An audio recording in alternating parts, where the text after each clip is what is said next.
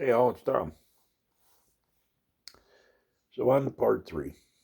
Let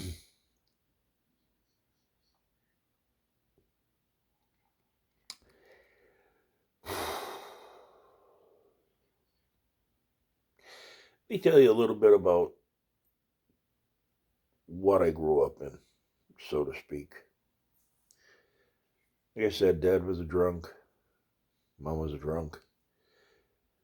They should have never been married. Um, and just the fight and the arguing, you swear to God, they hated each other, wanted to kill each other. And you know, Dad got stabbed, Mom got punched.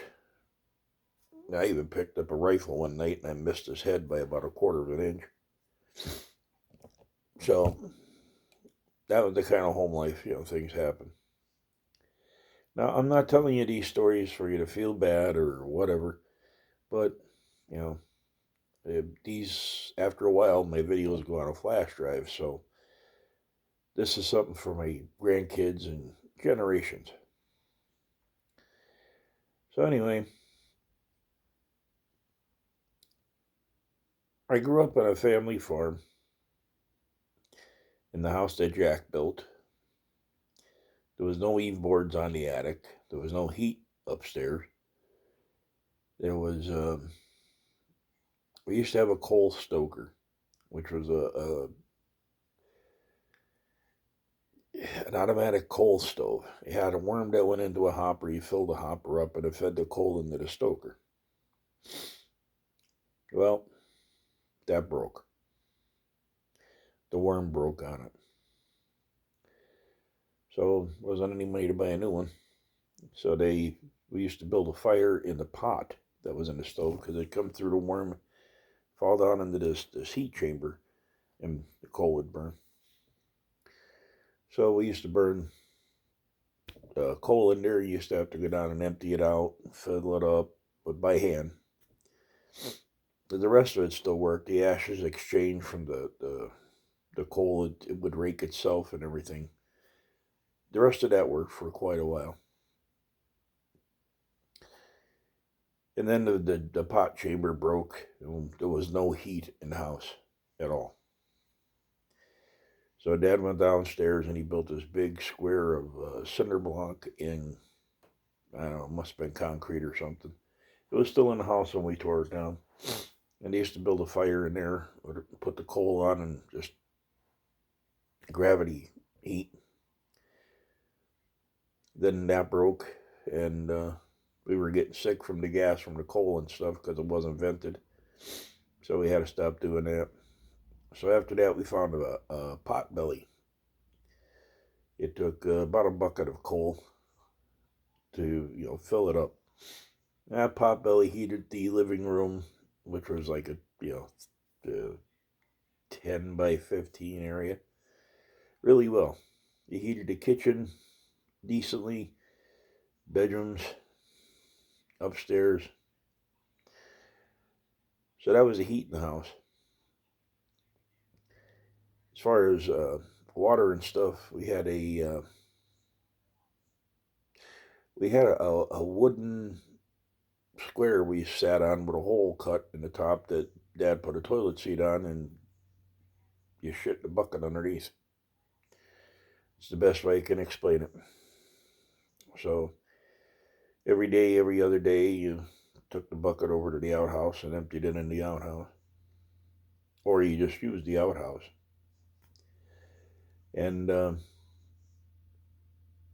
was the bathroom facilities. As far as baths and stuff, we had an old-fashioned wash tub, a big, long, like 5 foot long bathtub. You heated the water on a stove, put it in the tub, took your bath, and so on. So in 1976, we finally got running water in the house. Yeah, I said 76. I was 12 years old, and I was never so happy to start carrying water. But so now we had the potbelly stove. So every day, like through the summer, you take the 2 5-gallon buckets, you got on the tracks, and you picked coal. The coal used to fall off the trains. We lived next to a rail yard. the coal would fall off the trains on alongside the tracks. So you went down and you picked up the stuff that fell off. And so we'd pick coal. Now, you get chunks of coal. You got to take that back to the house. You got to crack that rock of coal down to fit in the coal furnace or the wood or the potbelly. Now, the potbelly took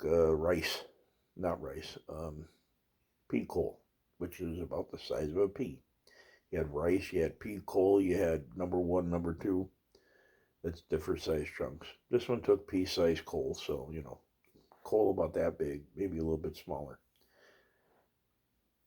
to that. So every day you picked 2 buckets of coal, you brought them home, you took a hammer and cracked it with your hand, or you put it on Dad had a railroad rail from somewhere, I don't know. But you put the coal in there and you kept cracking it until you got it to size. That was an everyday thing. And you threw it in the cellar, in the bin. And usually by the winter time, you had it filled. So, like I said, I used to pick night walkers, redworms, and so that was that much. On the farm, we had, there was 48 acres that was family property. And then there was another about 200 acres, 160 acres adjacent to that you could play on. Now, we had a pond there. You guys see me out of my pond. There was fish in there. So, it wasn't uncommon for me to go up and catch bullheads that were like, this big. Maybe 30 or 40 and bring them back to the house. Mom would make something on them. And then about a half a mile through the woods, we had Thornton's Pond. And it was, the pond was full of brush, but there was really nice fish in it. So when you got a wild hare, you went over there and braved the bears, because literally my area it's known in classic textbooks, my area, not my house, but my area, as being like the best black bear hunting in the countryside. So you go over there and you catch a stringer full of beautiful perch and sunfish. You drag them back home, take a couple hours to clean them up. That was dinner. And, for a couple days. Now, when you left my family property, went across the road, there was a freshwater trout stream with brook trout in it. The stream was healthy enough at that time to where you could go down and catch a limit of brook trout every day and not touch it. We're not talking 2, 3-inch, 4-inch brook trout. I'm talking 12, 15-inch brook trout. It was the best creek I ever fished. In some places, you could pee across it. My dad one time caught a 15-inch trout, literally in an area I could straddle. So I had a fishing pole. It was one of the Iron Green Johnson reels on a fiberglass pole that my brother gave me, and I put a couple of eyes on there, and not a very good job, but I did it. And that was my fishing pole. Then later on, when I was around 12 or 13, I helped my brother and my father build a stone wall on a person's property, and instead of paying me, my brother bought me a fishing pole. It was a Zebco 33 spin cast on a Kodiak pole. I'm not sure, it just said Kodiak on it. I had that pole for eons. So, I didn't have a specialized trout pole and a bass pole, and I had this fishing pole. It was a fishing pole. So, I go catch trout in the summertime and fish different lakes, because you had that creek in front of the house. If you went down the road about, I don't know, maybe 3/4 of a mile, there was another creek that ran into the one I was just talking about, and that was full of trout. Oddly enough, there was rainbows in there too. So you had wild rainbows and wild brookies in that stream. Excuse me. access to the stream was really tough, so a lot of people didn't fish it. So when these two streams came together at my uncle's property, it made one deep hole. So from there, it was stretched out about 2 miles down through, different properties, and fishing was good. So you had them, and then you had Jones's ponds, and you had Rolly Myers's ponds, you had Compton's pond, all within walking distance of the house. So you had major fishing. Rolly Myers pond was the first pond I ever caught a good sized bass. It was like 5.5 pounds. I caught two of them that summer. One was like 4.5, 5. The other one was 5.5. They'd have 6, 7 pound bullheads in that lake that I'd stay over there and fish for. But basically, I had a bicycle that was about enough a guy in a junkyard for $3. So there's a big, it was a Schwinn 3-speed on the handle. You turn the handle to adjust the speeds.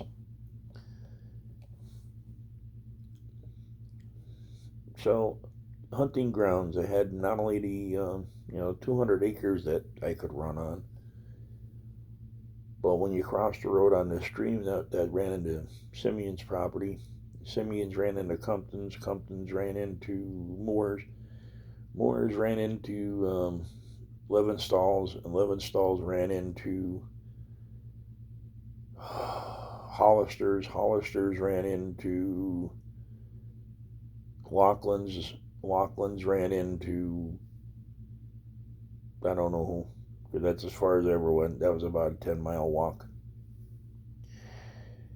And then if you went the other direction, that ran into the Music Mountains, the Pocono Mountain Range. So that was no man's land up there. I mean, you could walk days and not see nobody.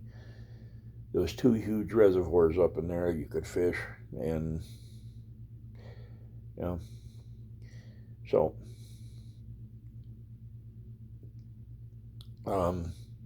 clothing wise, my mother would just before school, she'd make me 3 pairs of pants, 3 shirts, and then you get socks and underwear for the year. Now,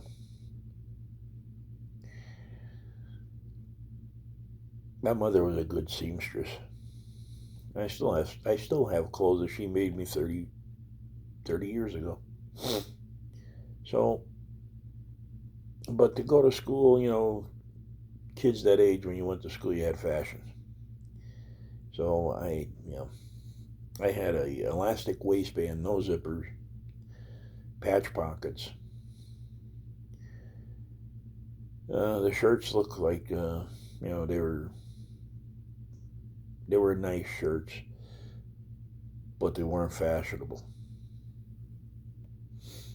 They were basically, honest to God, they looked like an 1800 shirt. They had a tie-up that went up the front. Most of them did, with a small Nehru collar, which is like just a ring that went around your neck, and long billowy sleeves. Looked like the 1800 something frocks.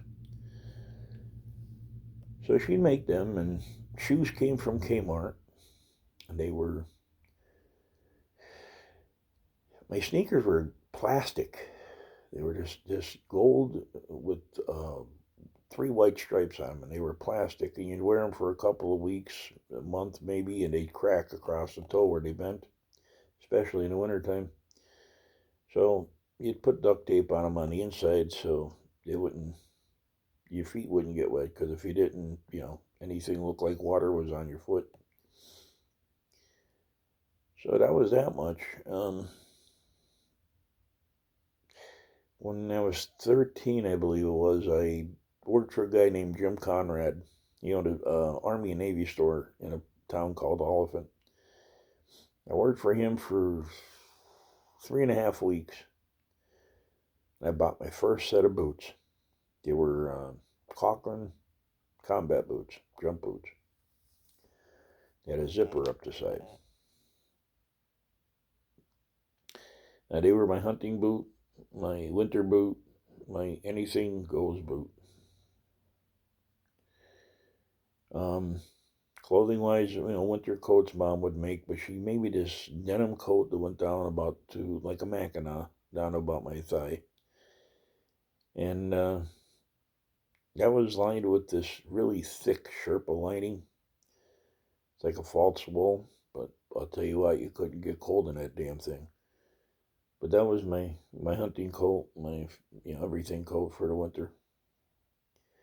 That got stolen one night at a party. I was at a friend's house party and somebody stole the coat. So for the winter of when I was 13, I didn't have a coat for the winter.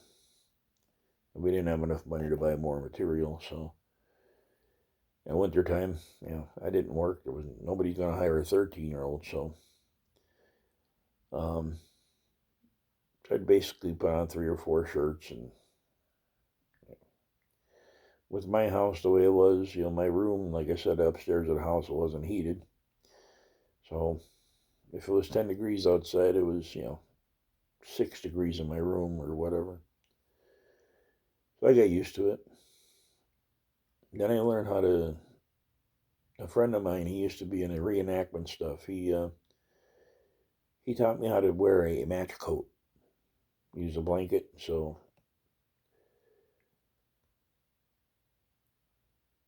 that's really basically it for lifestyle. I mean, that's we were dirt poor. That's all there was to it. So on to part 4. I want to thank you for your time and your patience, and we'll see you guys on part 4.